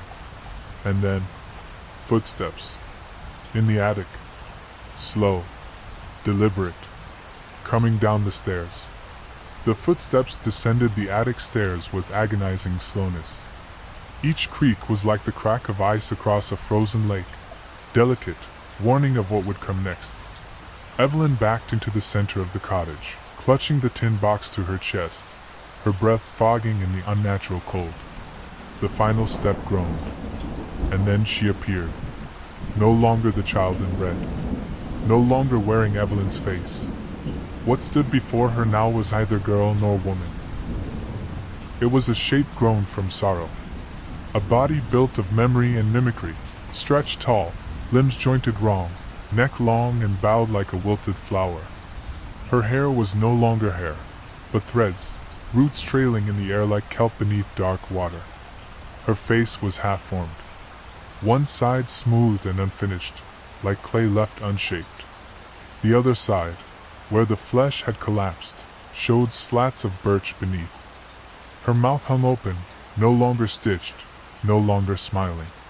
And her eyes, they were hollow, not sockets, holes, windowless, staring tunnels into the woods themselves. She didn't speak, not in words, but the air shifted, and Evelyn felt her speak. You said the name. Evelyn's hands trembled. Margaret Hamley. That's who you were. Before this place, before the woods took you. The thing flinched. Only slightly. But the reaction was real. Evelyn stepped forward. You were just a little girl, weren't you? Someone left behind. Forgotten. And you grew something from that. The creature staggered, head twitching, roots writhing beneath her dress. No one came for you, Evelyn said, voice breaking. Not then. But I'm here now. For a moment, the cottage shuddered. The lamps dimmed. And the figure of Margaret wavered. Her limbs shrank. Her mouth tried to close. A girl's shape returned, just for a heartbeat. A child scared, reaching. And then, the forest screamed.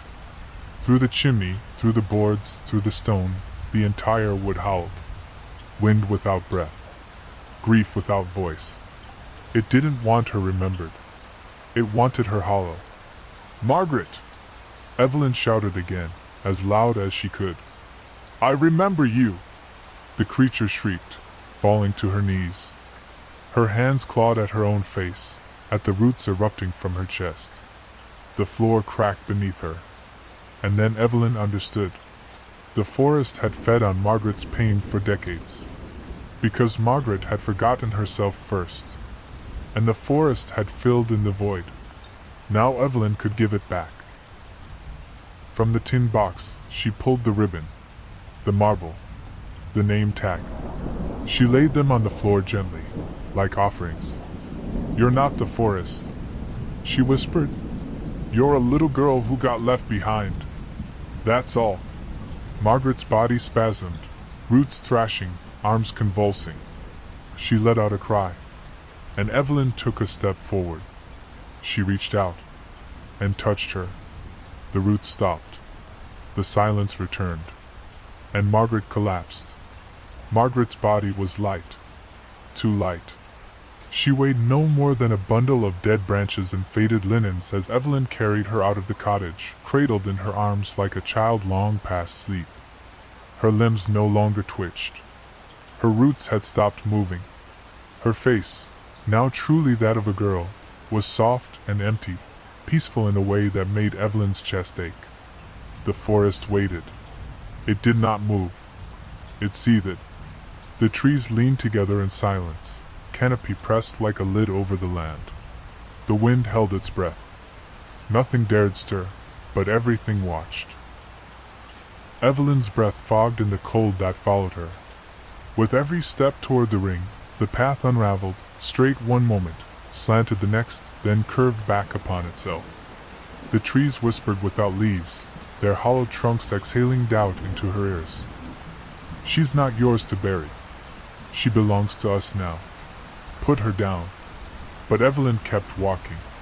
She carried Margaret through thickets that shouldn't exist, across bogs that hadn't been there the day before. The woods twisted around her, time folding over itself in bursts, light flickering between night and dawn and dusk again. When she blinked, she saw things between the trees. children watching with mouths sewn shut. A man in a coat made of pages, burning slowly but never consumed. A woman with a face made of clocks, all hands spinning. Herself, herself, herself. But not her. The echoes tried to confuse her, disorient her, to make her put Margaret down. But she held tight. She thought of the diary, the name tag, the girl's tiny ribbon and the tin box. These were the breadcrumbs back to who Margaret had been, back to truth. The ring emerged from the fog all at once. Still, silent, 13, with her grief. And when the hole was deep enough, she placed Margaret there. No ritual, no spell, just memory. Your name was Margaret Hanley, she whispered. You were not forgotten. You were loved. You were you. And as she spoke the name one final time, the sky split open. The moment Margaret's body touched the soil, the sky tore like canvas stretched too thin. A soundless rift opened above the ring, black inside, but shifting, as if made of glass reflecting other worlds. Evelyn stood frozen, the taste of iron in her mouth, the name still whispering from her lips, Margaret. Margaret. Margaret. And then, the forest fought back. It struck without sound. Not a scream, not a flash, just absence. One blink, and the trees were gone. The ring was gone. The sky was gone. Evelyn stood in a street now. Familiar. Paved, sun-washed, utterly ordinary. Children rode bikes in the distance. Lawnmowers buzzed faintly. A breeze stirred the dogged flyer stapled to a crooked phone pole. Across the street stood her childhood home, unchanged. Curtains drawn. The porch light blinking like an eye. She stared. No, she whispered. Not again. The front door opened. Her mother stepped out. Younger. Smiling. Whole. Evie, she called, her voice warm with love and summer's long past. You're just in time for dinner. Come in, sweetheart. Evelyn's feet moved before she realized. One step. Two. Then she stopped herself. This wasn't real. It couldn't be. She looked back, but there was no forest behind her. Only sidewalks and hedges and the golden warmth of nostalgia, soft as cotton. You left me, Evelyn said aloud, her voice cracking. Her mother tilted her head. I never did, she said. You just forgot. Evelyn's hands trembled. This isn't where I belong. You could stay, her mother said softly. Let the pain go. Let the woods forget you too. Evelyn looked around. The kids down the street were gone. The sky too blue. Paper flat. Painted. The homes, repeating. The same house stood at the end of every block. The breeze didn't touch her skin. It wasn't a dream. It was a trap. She turned in a circle and saw the cracks in the scene, slits of black where corners didn't meet, where reality had folded poorly. And there, on the pavement, was a single birch leaf. Wrong season. Wrong tree. It pulsed like a heartbeat. The illusion trembled. Her mother stepped forward, expression flickering. I love you, she said. Don't leave me again. But the voice didn't match the lips. Evelyn backed away. No, she said. You're not her. She reached into her coat pocket and pulled out the name tag. Margaret Hanley. She shouted the name. The sky peeled back. The houses split open like rotted fruit, revealing nothing inside. The children vanished. Her mother collapsed into ash. And the forest came rushing back, birches bending inward, the ring returning, soil damp beneath her knees. She was back. And Margaret's grave had been filled. The wind fell still. But something still washed from the edge of the trees. The wind died. The ring fell silent. The forest seemed to pause, as if holding its breath, waiting for something to tip, to end. or to begin again. Evelyn stood beside Margaret's grave, her hands coated in earth, her breath shallow. She waited for the ground to close, for the roots to retreat, for the stillness to mean peace. Instead, the forest exhaled. The birches groaned. Their trunks twisted, not in rage, but in grief. One by one, the trees bowed inward toward the ring, their canopies knitting together overhead until the light disappeared completely. And from that darkness, she stepped forward. Not the girl in red. Not Margaret. Evelyn. But not as she was now.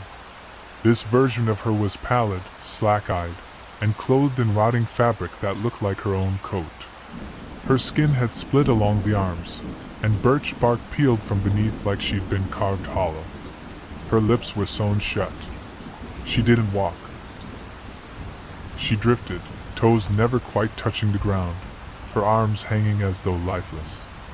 Evelyn's breath caught in her throat. The double stopped only a few feet away.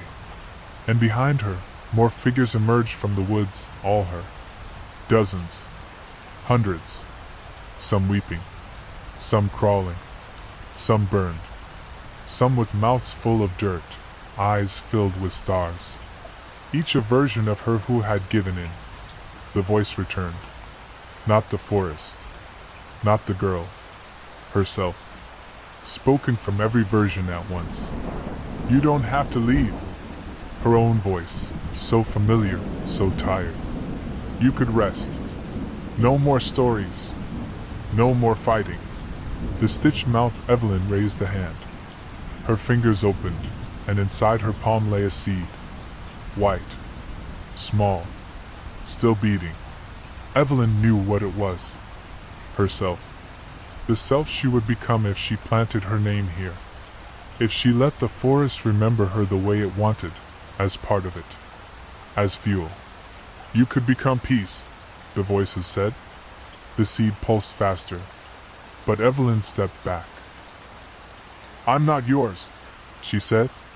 The stitched mouths opened all at once, threads snapping like violin strings. We are what you become when you forget, they said in unison. When you bury the wrong things. When you stop telling the truth. Evelyn felt something in her chest unraveling. Memories of her mother, her father, the years of therapy she never finished, the manuscript she never sent, the things she told herself she'd move on from. The forest offered freedom from all of it. Forget and be still. Forget and be whole. Forget. No, she whispered. And then louder. I choose to remember. The trees screamed. The doubles convulsed. And the seed in the stitched mouth Evelyn's palm blackened, cracked open, empty inside. They began to fall apart. One by one. She turned her back to them. And the ring closed. Evelyn stood at the edge of the birch ring, the soil behind her still pulsing with the heat of grief and roots and endings. The forest had gone still again. Not in peace, but in quiet resentment, like a child denied its favorite game. The trees stood straight. The air smelled clean. The sky, at long last, held a pale ribbon of dawn. She turned slowly, afraid the world would twist again, but the path was there. The original path. Thin. Familiar. Carved through pine needles and mud, just wide enough for a suitcase wheel to catch on a root. The same one she dragged herself in on. The same she'd been denied for days. And now, it waited. The cottage was behind her. The ring silent. The woods watched. She started walking. One step. Then another. Her boots sank slightly in the damp, but the way remained firm beneath her. The birches no longer leaned toward her. They stood tall and still, no longer shifting, no longer whispering. But as she reached the bend in the trail, the one where she'd first lost signal, she heard it. Another set of footsteps. Behind her. Soft. Bare. Evelyn froze. The sound stopped too.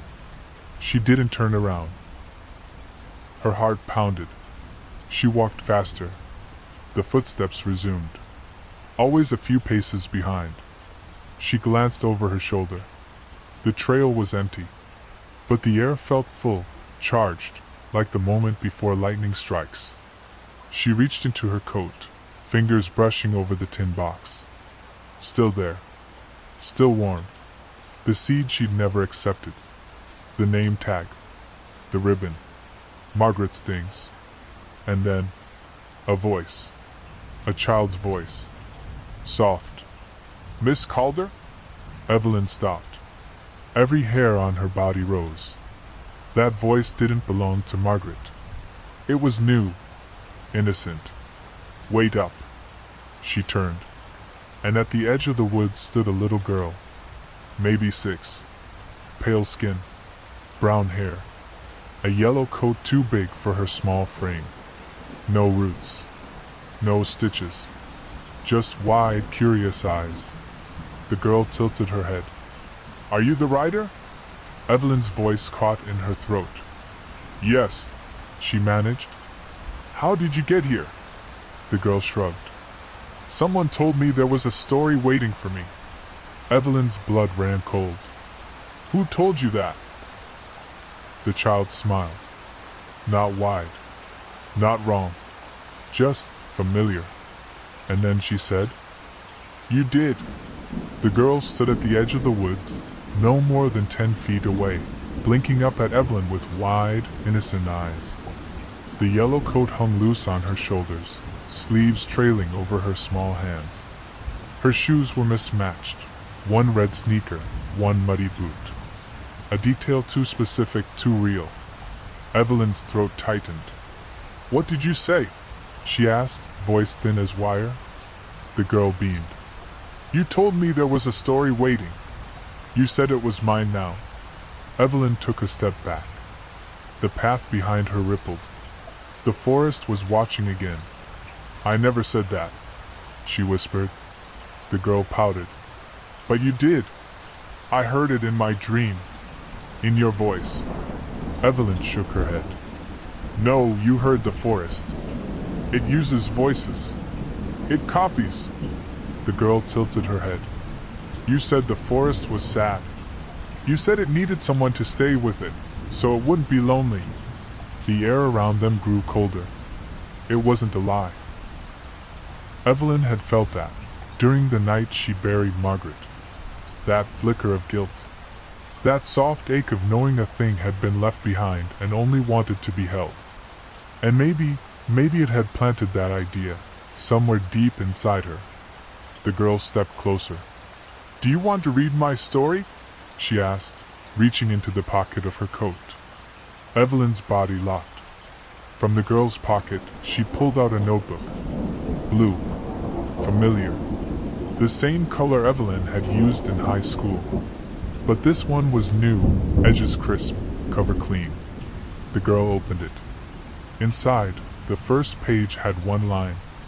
"My name is Evelyn Marie Calder." Evelyn's mouth went dry. "That's my name," she said, barely audible. The girl smiled. "Not anymore." Behind the child, the birch trees stirred, not violently, not angry.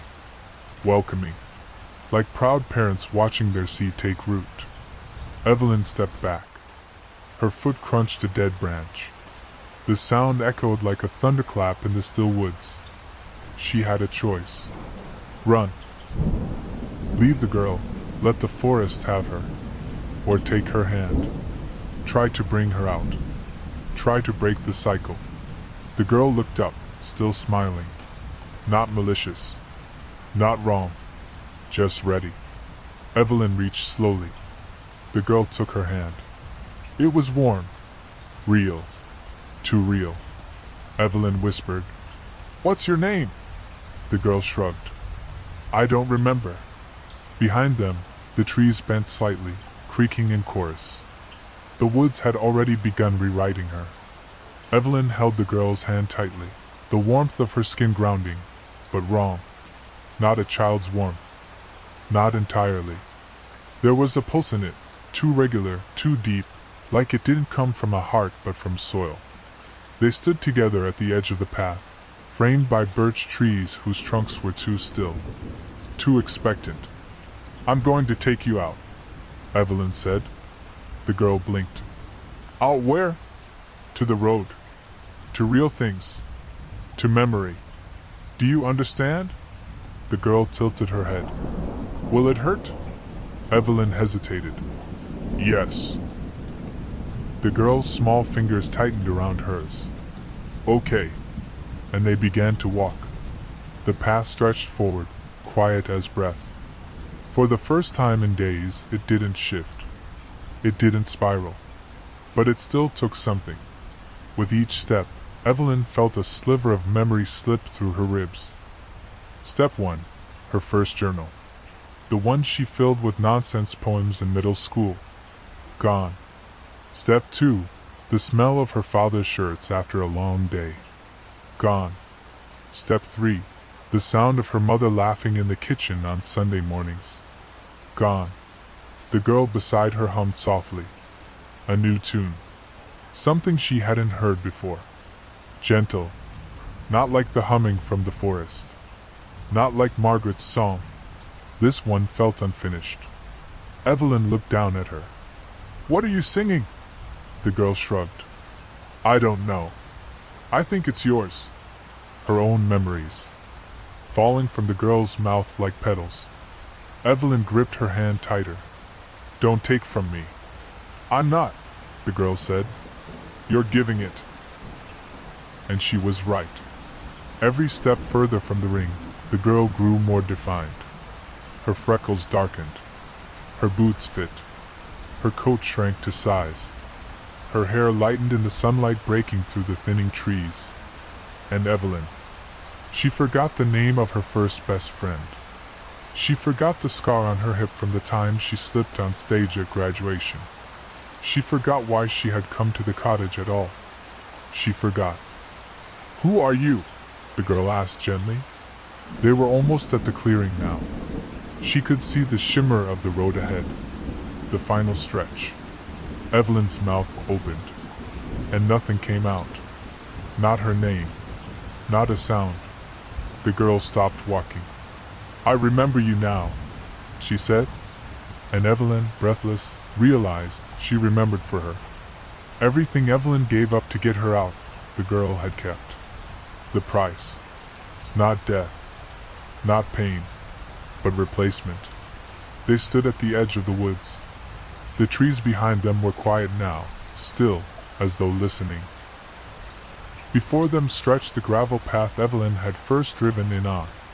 The place where her car had stalled. The place where cell reception failed.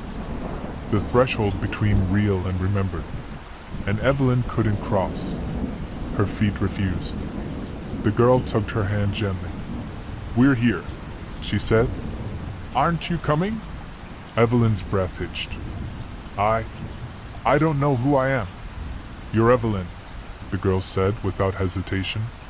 You told me your name. You said I could keep it. The words fell like stones.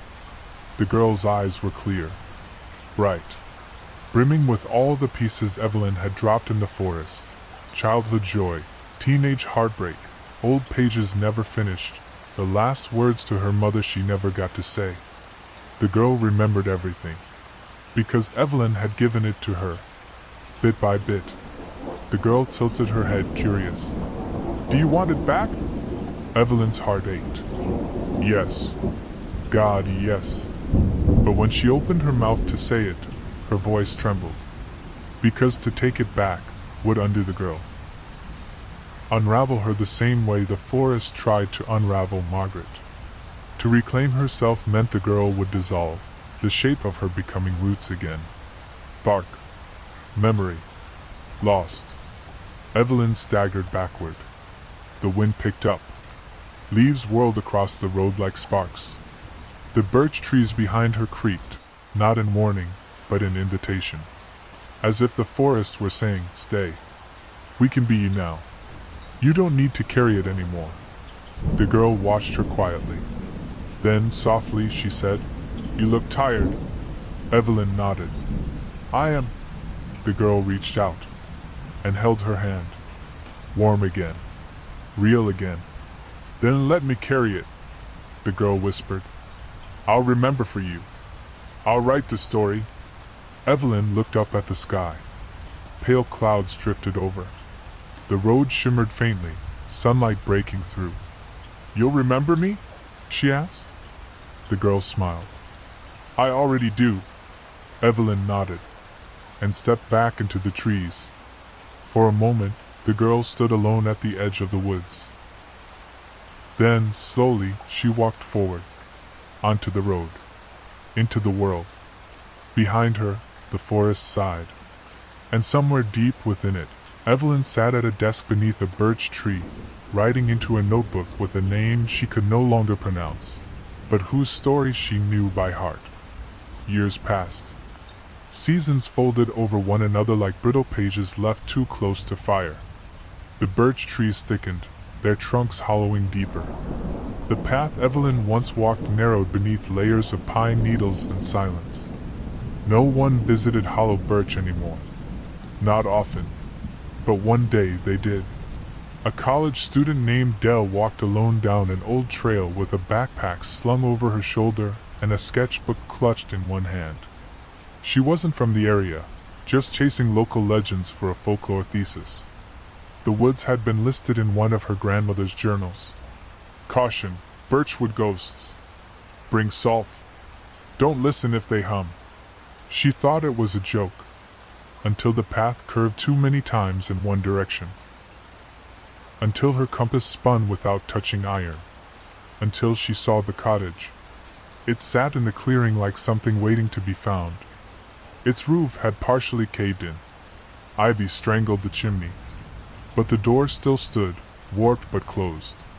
She stepped inside, brushing away cobwebs. There was no furniture, only a small wooden desk, and on it, a single notebook, old, weather-stained. The pages yellowed but intact. Dell flipped it open. There were no dates, no titles, just words, stories, moments, someone's life. And on the last page, her name was Evelyn Marie Calder. She was a writer, a daughter, a seeker. She went into the woods to remember what she had forgotten, and when the woods asked her to forget, she said no. So I remember for her. Dell turned the page. On the inside back cover, carved into the wood beneath the paper, were 3 words. Don't forget me. She looked up. Outside, the birch trees stood still, but not silent. They watched. And as she backed out of the cottage and onto the path again, she thought she saw a girl in a yellow coat standing between the trees, her hand brushing the bark like it was familiar. The girl smiled, and Dell whispered, I won't.